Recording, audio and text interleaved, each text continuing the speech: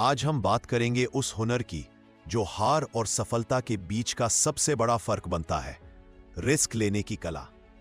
क्या आपने कभी गौर किया है क्यों कुछ लोग बिना डरे छलांग लगा लेते हैं, जबकि कुछ लोग मौके सामने होने पर भी कदम पीछे खींच लेते हैं? क्यों कुछ लोग अपनी जिंदगी के सबसे बड़े फैसले एक झटके में कर लेते हैं, जबकि दूसरे लोग हर छोटे कदम से पहले 1000 बार सोचते रह जाते हैं? क्या रिस्क लेने की क्षमता कोई गिफ्ट है जो सिर्फ खास लोगों को मिलता है, या यह भी एक स्किल है जिसे आप भी सीख सकते हैं? दोस्तों, रिस्क यानी जोखिम हमारी जिंदगी का वो पहलू है जिससे बचा नहीं जा सकता। चाहे हम चाहें या ना चाहें, हर दिन हर फैसला हमें किसी ना किसी रिस्क के करीब ले जाता है। लेकिन असली सवाल है कैसे लिया जाए सही रिस्क जो आपको गिराए नहीं बल्कि ऊंचाइयों तक पहुंचाए। क्या रिस्क लेना किस्मत का खेल है, या इसके पीछे भी एक गहरी साइंस, एक ठोस लॉजिक? तो हम भी अपनी जिंदगी के सबसे बड़े डिसीजन बिना डर के ले सकते हैं और अपने सपनों को हकीकत बना सकते हैं।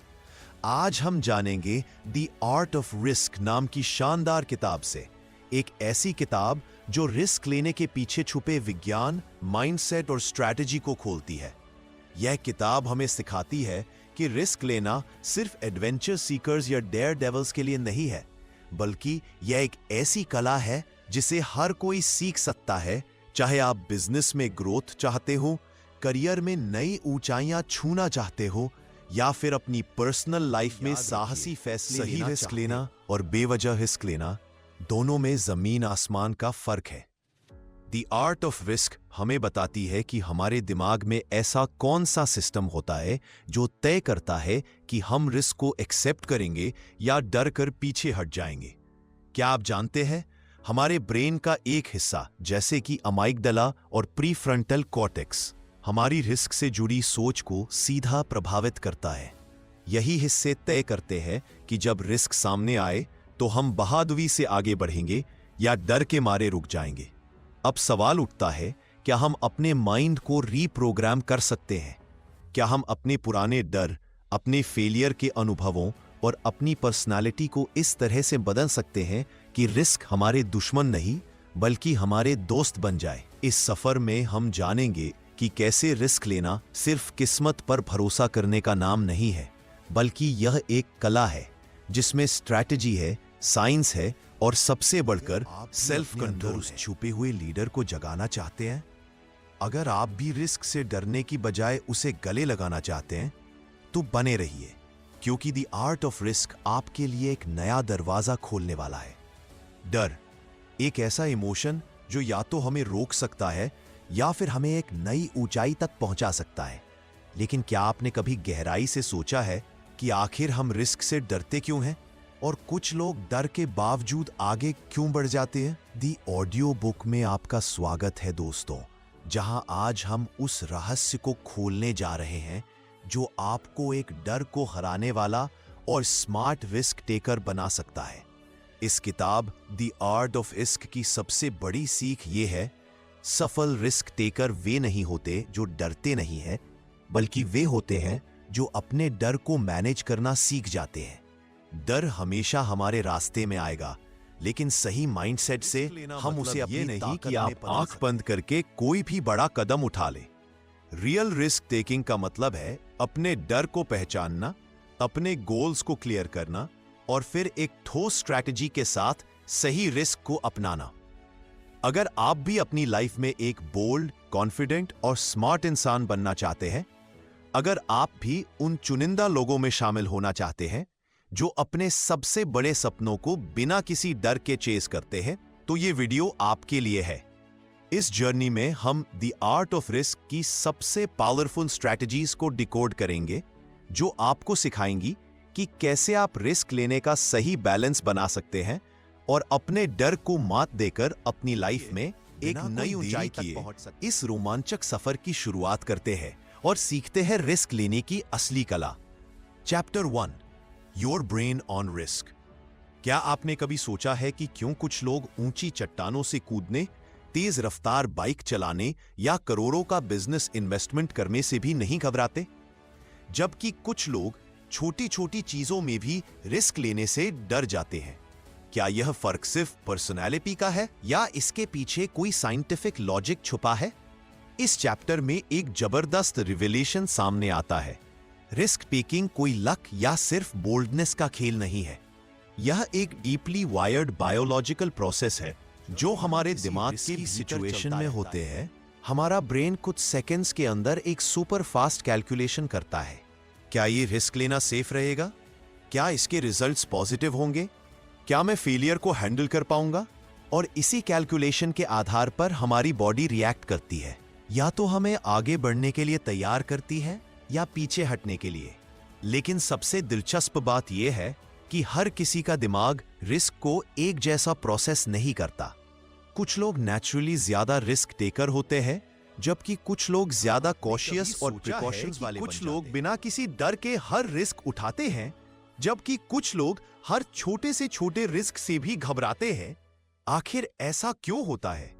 दरअसल इसका सीधा संबंध हमारे दिमाग के अंदर चल रहे 3 बड़े सिस्टम्स से है जो यह तय करते हैं कि हम किसी रिस्क को अपनाएंगे या नहीं। इन्हें जानना जरूरी है क्योंकि यही हमारे निर्णय लेने की क्षमता को प्रभावित करते हैं। हमारे दिमाग में ये 3 महत्वपूर्ण सिस्टम्स होते हैं: अमिग्डला, प्रीफ्रंटल कॉर्टेक्स, डोपामिन सिस्टम। अमिग्डला हमारे डर और सर्वाइवल इंस्टिंक्ट को कंट्रोल करता है। जब भी हम किसी बड़े रिस्क का सामना करते हैं, अमिग्डला हमें एक अलर्ट सिग्नल भेजता है, रुक जाओ, यह खतरनाक हो सकता है। क्या आपने कभी सोचा है कि जब हम किसी ऊंची चट्टान से नीचे देखते हैं या एक नया बिजनेस शुरू करने से पहले फेलियर का डर महसूस करते हैं, तो इसके पीछे अमिग्डला ही काम कर रहा है। इसके बाद आता है प्रीफ्रंटल कॉर्टेक्स, जो इस रिस्क को लॉजिकली एनालाइज करता है। यह हमारे पिछले अनुभवों, गोल्स और उस रिस्क से मिलने वाले पॉसिबल रिवॉर्ड्स का तुलना करता है। अगर यह सिस्टम सोचता है कि रिस्क लेना सही होगा, तो यह अमिग्डला के डर को शांत करने की कोशिश करता है। लेकिन सबसे इंटरेस्टिंग और पावरफुल सिस्टम है डोपामीन सिस्टम, जिसे हम अक्सर फील गुड केमिकल के नाम से भी जानते हैं। यह दिमाग का वह हिस्सा है जो हमें थ्रिल और एक्साइटमेंट का एहसास कराता है जब हम कोई रिस्क लेते हैं और सक्सेस हासिल करते हैं। जैसे ही हम रिस्क लेते हैं और सफल होते हैं, डोपामीन हमें एक स्ट्रॉन्ग रिवॉर्ड सिग्नल भेजता है, यस, यह मजेदार था, दोबारा ट्राई करो। यही कारण है कि कुछ लोग रिस्क लेने से घबराते नहीं, बल्कि बार बार उस थ्रिल को महसूस करना चाहते हैं। लेकिन ध्यान रहे, डोपामीन सिस्टम कभी कभी गलत फैसले लेने पर भी मजबूर कर सकता है। जब कोई व्यक्ति एक्सट्रीम रिस्क टेकिंग जैसे गैम्बलिंग, हाई स्पीड रेसिंग या अनावश्यक खतरनाक डिसीजंस लेता है, तो इसका कारण कुछ लोग नेचुरली ज्यादा डोपामिन सेंसिटिव होते हैं और यही वजह है कि वे बार बार हाई रिस्क डिसीजंस लेते हैं, भले ही इसमें फेलियर का खतरा हो। अब सवाल ये उठता है, क्या हम अपने दिमाग को इस तरह से ट्रेन कर सकते हैं कि हम सही समय पर सही रिस्क लें और अननेसेसरी रिस्क से बचें? जवाब है हाँ, ये पॉसिबल है।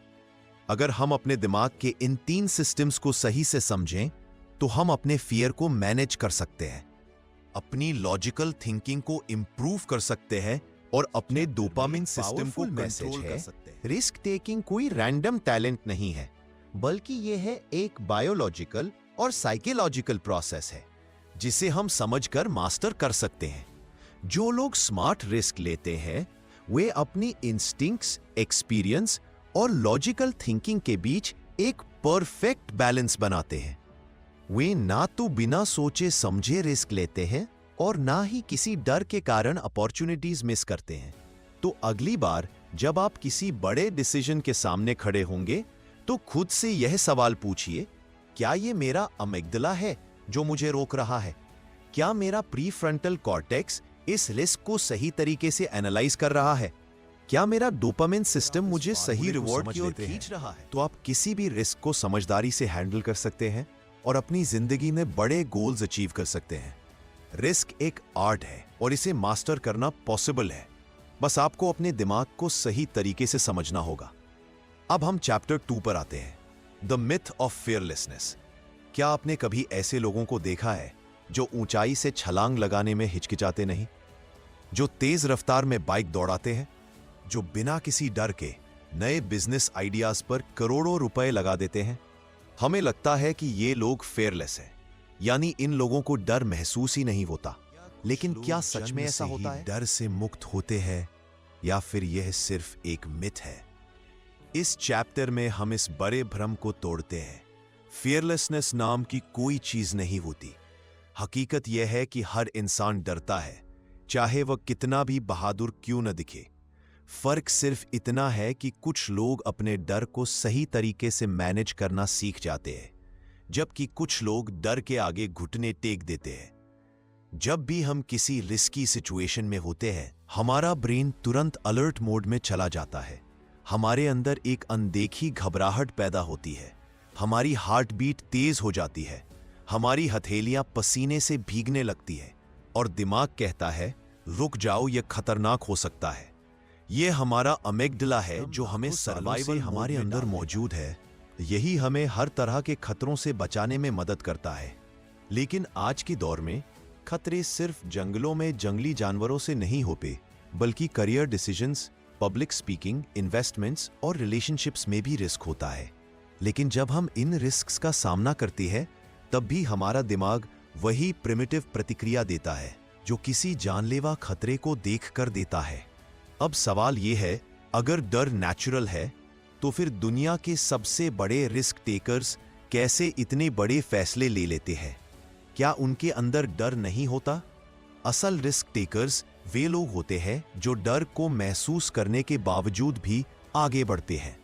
वे अपने डर को अनदेखा नहीं करते, बल्कि उसे समझते हैं, उसे स्वीकार करते हैं और फिर उसी डर को अपनी ताकत बना लेते हैं।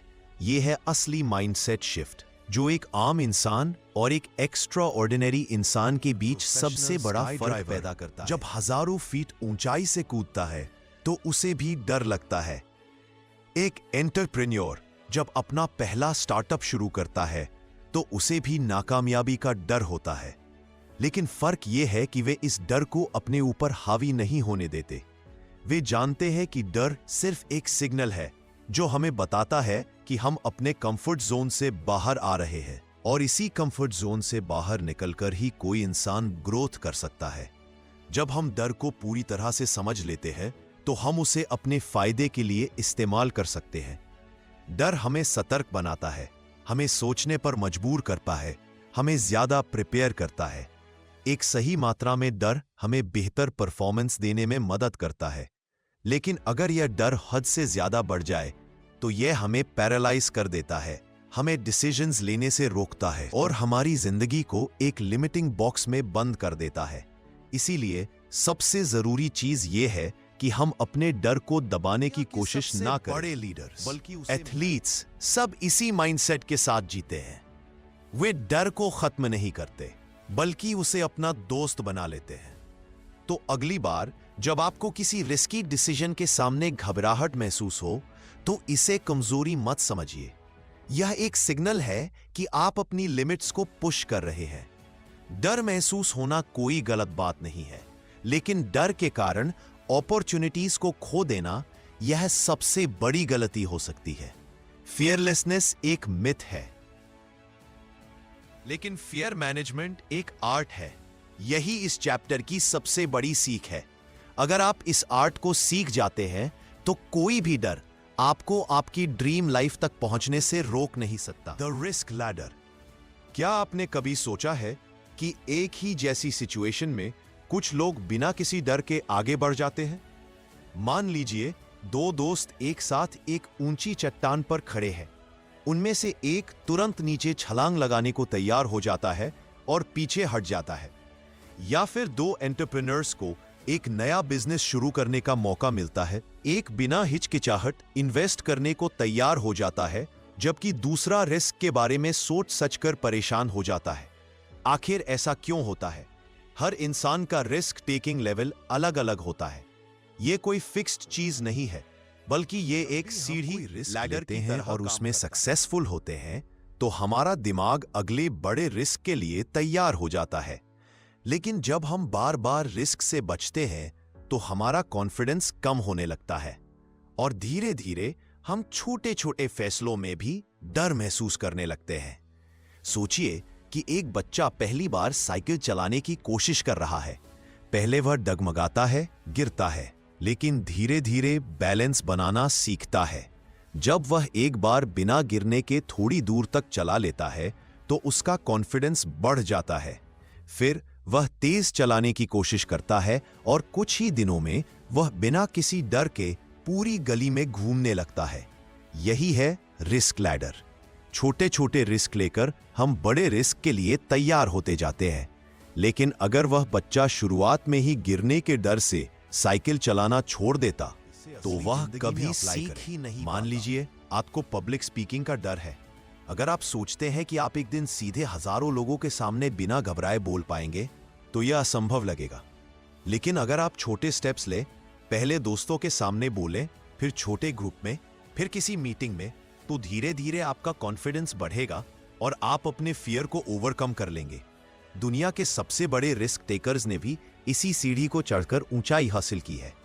कोई भी इंसान एक ही दिन में एक्सट्रीम रिस्क टेकर्स नहीं बनता। हर बड़ा डिसीजन, हर बड़ा एडवेंचर, हर बड़ी सफलता छोटे छोटे रिस्क से शुरू होती है।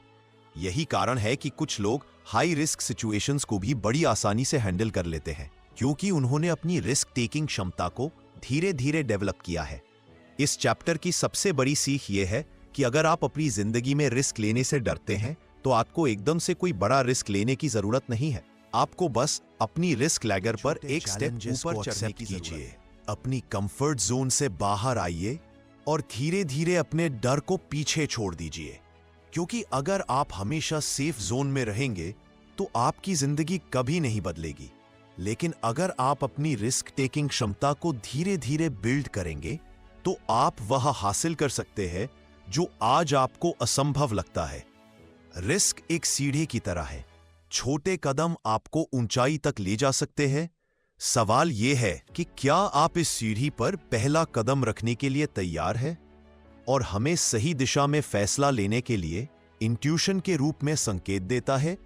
यह उन पैटर्न्स और जानकारी का संयोजन होता है जिसे हमारा दिमाग तुरंत एक साथ जोड़ता है ताकि हम बिना अधिक सोचने के भी सही निर्णय ले सके। इंट्यूशन का इस्तेमाल करना एक ऐसी कला है जिसे समय के साथ बेहतर किया जा सकता है। जब आप अपनी जीवन में रिस्क लेते हैं और अनुभव प्राप्त करते हैं तो आपका इंट्यूशन और जोखिम लेते हैं और उन स्थितियों का सामना करते हैं तो आपका दिमाग एक बेहतर रिस्क टेकिंग डिसीजन लेने में सक्षम हो जाता है। दुनिया के सबसे बड़े रिस्क टेकर्स यही करते हैं। वे अपने अनुभवों और इंट्यूशन पर विश्वास करते हुए निर्णय लेते हैं। इंट्यूशन को समझना और इसे अपने निर्णय लेने के प्रक्रियाओं में शामिल करना किसी भी जोखिम को ज्यादा स्मार्ट तरीके से हैंडल करने में मदद करता है। यह न केवल आपको सही वक्त पर सही कदम उठाने की शक्ति देता है, बल्कि यह आपके आत्मविश्वास को भी मजबूत करता है। इसलिए अगर आप भी अपनी रिस्क टेकिंग क्षमता को बेहतर बनाना चाहते हैं तो आपको पहले अपनी इंट्यूशन को पहचानना होगा और उसे अपनी निर्णय प्रक्रिया का हिस्सा बनाना होगा। तो क्या आप अपने इंट्यूशन को और अधिक भरोसेमंद बनाने के लिए का साइकोलॉजी? क्या आप जानते हैं कि रिस्क लेने के दौरान हमारी मानसिक स्थिति और विचार कैसे काम करते हैं? हम अक्सर ये सोचते हैं कि रिस्क लेना केवल बाहरी परिस्थितियों पर निर्भर करता है, लेकिन असल में यह हमारी मानसिक स्थिति और हमारे विश्वासों पर भी निर्भर करता है। मनुष्य का मस्तिष्क स्वाभाविक रूप से सुरक्षा की तलाश करता है। जब हम रिस्क लेते हैं तो हमारा दिमाग खतरे को महसूस करता है और हमारी सुरक्षा को सुनिश्चित करने की कोशिश करता है। यही कारण है कि कई बार हम रिस्क से डरते हैं, लेकिन रिस्क को समझना और सही तरीके से उसका सामना करना सीखने से हम अपनी मानसिक स्थिति को बदल सकते हैं। यही कारण है कि जब आप रिस्क लेने के लिए मानसिक रूप से तैयार होते हैं तो आप अपनी पूरी क्षमता का उपयोग करने में इस्तेमाल कर सके। इसे केवल अनुभव और सही सोच के साथ संतुलित किया जा सकता है। जब आप रिस्क लेते हैं तो इंट्यूशन आपकी मदद करता है, लेकिन इसके लिए आपको अपने मस्तिष्क को प्रशिक्षित करना होता है ताकि आप सही समय पर सही निर्णय ले सके। जितना ज्यादा आप किसी चीज में एक्सपीरियंस प्राप्त करते हैं उतनी ही आपकी इंट्यूशन तेज और सही हो जाती है। लेकिन इसके बावजूद यह याद रखना जरूरी है कि कभी-कभी हमारी इंट्यूशन गलत भी हो सकती है। इसीलिए इसे हमेशा लॉजिकल एनालिसिस के साथ बैलेंस करना चाहिए। यहां पर एक महत्वपूर्ण बिंदु है, कभी भी सिर्फ इंट्यूशन पर पूरी तरह से भरोसा नहीं करना चाहिए। उसे डाटा और लॉजिक के साथ जोड़ना चाहिए ताकि आपके फैसले और भी मजबूत और सही हो सके। रिस्क टेकिंग में इंट्यूशन की सबसे बड़ी ताकत यह है कि यह आपको समय की कमी में भी तेज और सही फैसले लेने की क्षमता प्रदान हो और आपको तुरंत एक्शन लेना हो तो इंट्यूशन की मदद से आप सही दिशा में कदम बढ़ा सकते हैं। यह खासियत अनुभवी लोगों में ज्यादा होती है क्योंकि उनका इंट्यूशन पहले से शार्प होता है। इसीलिए जब आप रिस्क ले रहे होते हैं तो अपने अनुभवों और इंट्यूशन पर भरोसा करें, लेकिन उसे लॉजिक और डाटा के साथ चेक जरूर करें। यही तरीका है जिससे आप बड़ी सफलता प्राप्त कर सकते हैं। चैप्टर 6 रिस्क टेकिंग का साइकोलॉजी। अब हम बात करेंगे कि रिस्क लेने के समय हमारी मानसिक स्थिति कैसे काम करती है। यह बहुत महत्वपूर्ण है क्योंकि रिस्क लेने के दौरान हमारे दिमाग में जो विचार आते हैं वे हमारी सफलता या विफलता को निर्धारित करते हैं। कि रिस्क टेकिंग एक सीखने वाली प्रक्रिया है और इसे एक आदत के रूप में अपनाया जा सकता है। यदि आप अपनी रिस्क टेकिंग पर्सनैलिटी को समझते हैं और उस पर काम करते हैं तो आप अपने जीवन में अधिक से अधिक सफलता प्राप्त कर सकते हैं। रिस्क टेकिंग का यह चैप्टर हमें यह सिखाता है कि रिस्क सिर्फ एक शॉर्ट टर्म डिसीजन नहीं है, बल्कि यह हमारे जीवन की लंबी यात्रा का एक अहम हिस्सा है। अगर आप सही तरीके से रिस्क लेने की कला को समझते हैं तो आप न केवल अपने डर पर काबू पा सकते हैं बल्कि हर चुनौती को एक अवसर में बदल सकते हैं। जैसा कि आपने देखा, रिस्क लेना कोई अचानक किया गया काम नहीं होता, बल्कि यह एक सिखाई जाने वाली स्किल है। यदि आप अपने सोचने के तरीके को सही दिशा में बदलें और इनका सही तरीके से अभ्यास करें तो आप बड़ी सफलता हासिल कर सकते हैं। यही वो सबसे बड़ी सीख है जो इस हमारा मस्तिष्क स्वाभाविक रूप से सुरक्षा की तलाश करता है। यही कारण है कि हम अक्सर अपने फैसलों में डर महसूस करते हैं, लेकिन जब आप मानसिक रूप से तैयार होते हैं और रिस्क को समझते हैं तो आप सही फैसले लेने में सक्षम होते हैं।